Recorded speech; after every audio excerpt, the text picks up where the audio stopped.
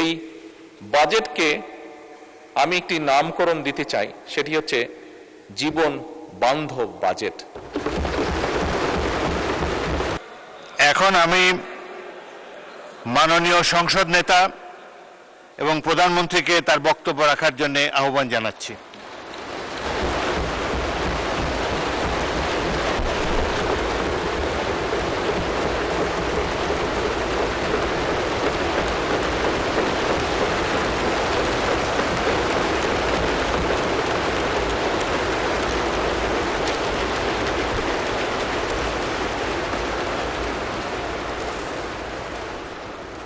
বিসমিল্লাহির রহমানির রহিম। মাননীয় স্পিকার, মাননীয় সকল সংসদ সদস্যবৃন্দ, আসসালামু আলাইকুম। মাননীয় স্পিকার, শুরুতেই আমি প্রথমেই আজকে আমার সকল সংসদ সদস্য সহকর্মীবৃন্দকে ধন্যবাদ জানাতে চাই।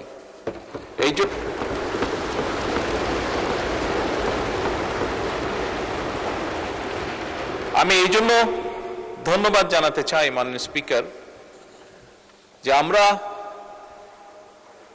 18ই ফেব্রুয়ারি থেকে যখন এই সংসদ শুরু করলাম, আমরা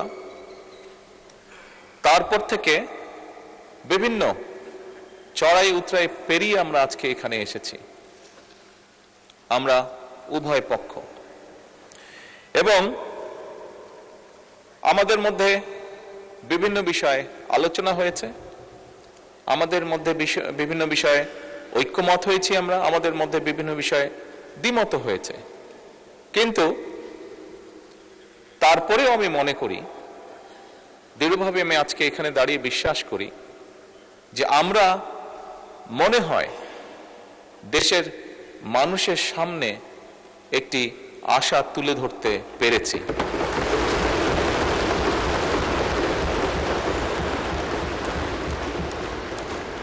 সম্মানিত বিরোধী দলীয় নেতা ওনার বক্তব্যে একটি কথা বলেছেন, খুব স্বাভাবিকভাবে আমরা যদি সকলে একমতই হতাম তাহলে তো একজন ব্যক্তিই কথা বললেই হতো, সবার বিভিন্ন বিষয়ে আলোচনা করার প্রয়োজন হতো না। আমরা বিভিন্ন বিষয়ে আলোচনা করেছি, আমরা মতামত এক্সচেঞ্জ করেছি, ওপিনিয়ন এক্সচেঞ্জ করেছি আমরা, কিন্তু তারপরেও আমার মনে হয় ধীরে ধীরে আমরা জাতির সামনে মনে হয় একটি আশার আলো তুলে ধরতে সক্ষম হয়েছে।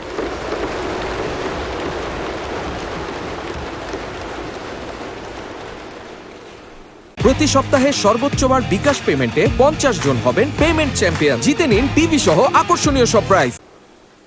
মাননীয় স্পিকার, আমরা যে কাজটি করতে সক্ষম হয়েছি, এটা যে শুধুমাত্র আমাদের নিজেদের জন্যই করতে সক্ষম হয়েছি তার জন্য নয়, তা নয়। আমি মনে করি এটিতে সবচেয়ে বড় যদি ক্রেডিট দিতে হয়, তাহলে এই দেশের সাধারণ মানুষ যারা আছে, এই দেশের নাগরিক যারা আছে, 20 কোটি মানুষ, তাদের প্রত্যেককে এই ক্রেডিটটা দেওয়া উচিত। কারণ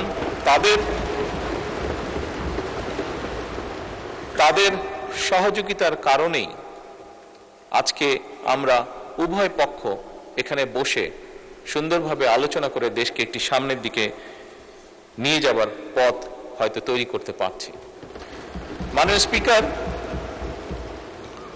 এখানে প্রত্যেকটি মানুষ, দেশের বিবেকবান প্রত্যেকটি মানুষ, প্রত্যেকটি শ্রেণী পেশার মানুষ ওয়াকিফাল আছেন যে কি প্রেক্ষাপটে যখন 5ই আগস্ট ঘটেছিল, তখন দেশের রাজনৈতিক অবস্থা, দেশের সামাজিক অবস্থা, দেশের অর্থনীতি, দেশের শিক্ষা, স্বাস্থ্য, যাই বলি না কেন, একটি দেশকে ঘিরে প্রত্যেকটি কি শোচনীয় অবস্থায় ছিল।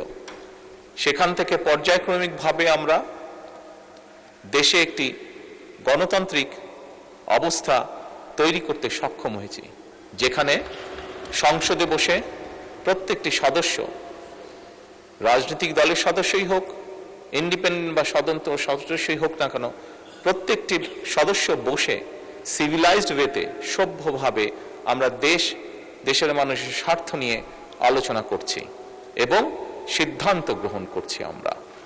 সেজন্যই আমি সকলকে আবার আন্তরিকভাবে ধন্যবাদ জানাতে চাই। মাননীয় স্পিকার,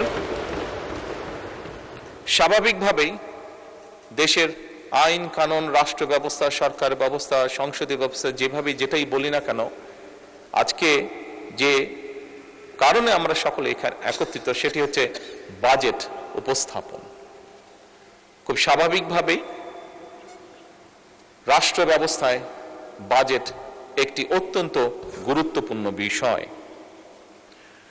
মাননীয় স্পিকার, সংসদের সময় অত্যন্ত মূল্যবান। আমরা দেশের অতীত, বর্তমান, ভবিষ্যৎ নিয়ে অনেক আলোচনা করেছি, অনেক বক্তব্য রেখেছি। অতীত কি হয়েছে, ভালো মন্দ কি হয়েছে, আমি সেই ডিবেটে আর যাব না। আমাদেরকে অবশ্যই সামনে চলতে হবে, আমাদেরকে অবশ্যই, আমরা অতীতে দেখেছি দুঃখজনকভাবে একটি চিত্র বারবার দেখেছি আমরা, সেটি হচ্ছে যত না আমরা ভবিষ্যৎ নিয়ে আলোচনা করেছি তার থেকে বেশি আমরা অতীত নিয়ে আলোচনা করেছি।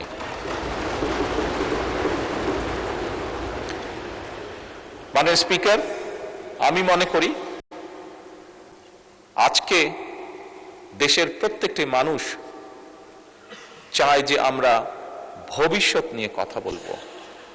সেজন্যই মাননীয় স্পিকার, এই যে বাজেট সেশন, এই বাজেট সেশনকে বিশেষ করে যেহেতু আমি সরকারি দলের সদস্য, সেই জন্য আজকে আমরা যে বাজেট উপস্থাপন করছি, এই বাজেটকে আমি একটি নামকরণ দিতে চাই, সেটি হচ্ছে জীবন বান্ধব বাজেট।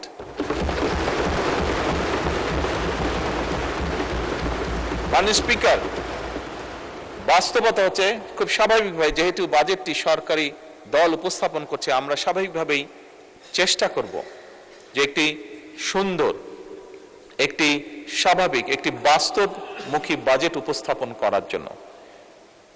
আমি বুঝি, আমি জানি, আমরা যে যত সুন্দর বাজেটই উপস্থাপন করি, যে যেটাই বলি না কেন, আমার মনে হয় এই কথাটিও বোধহয় মাননীয় বিরোধী দলের নেতা বলেছেন, যাই আমরা উপস্থাপন করি না কেন, সবকিছু কোনটা দিলেই যে সবকিছু একদম ঠিক হয়ে যাবে তা নয়, তা নয়। বাস্তবতা অনেক কঠিন। তারপরে বিভিন্ন বিষয় বিবেচনা করে মাননীয় স্পিকার, যে বাজেটটি আমরা এখানে উপস্থাপন করেছি সেটি অবশ্যই আমরা চেষ্টা করেছি আমাদের সর্বোচ্চ দিয়ে, আমাদের সর্বোচ্চ বুদ্ধি, বিবেক, জ্ঞান দিয়ে আমরা চেষ্টা করেছি এমন একটি বাজেট উপস্থাপন করতে, যেই বাজেটটি শ্রেণী পেশা, সমাজের সকল মানুষ কিছুটা হলেও যাতে কিছুটা হলেও স্বস্তির শ্বাস ফেলতে পারে। মাননীয় স্পিকার, এই বাজেটটি যেদিন উপস্থাপন করা হয়, মাননীয় অর্থমন্ত্রী যখন বাজেটটি উপস্থাপন করেছিলেন, অনেকগুলো বিষয়ের মধ্যে আমরা দেখেছিলাম সেদিন আমাদের বোনেরা একটি বিষয়ে জানার পরে অত্যন্তভাবে শুভেচ্ছা, অত্যন্ত জোরালোভাবে শুভেচ্ছা জানিয়েছেন উভয় পক্ষের। সেটা হচ্ছে যে নিত্য প্রয়োজনীয় যেসব জিনিস আছে, নিত্য প্রয়োজনীয় বলতে যা আমরা সাধারণত বুঝে থাকি, এরকম 61 পণ্যের উপর বলা যায় সম্পূর্ণভাবে আগে যা ট্যাক্স ছিল সেগুলো প্রত্যাহার করে নেওয়া হয়েছিল।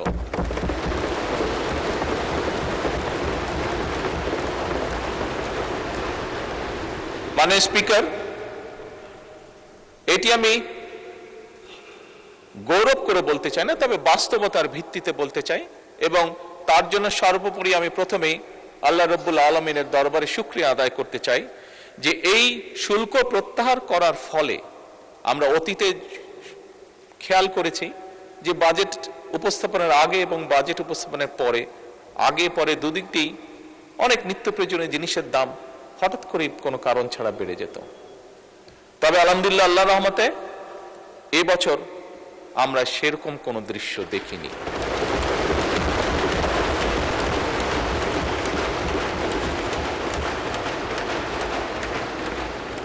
মাননীয় স্পিকার,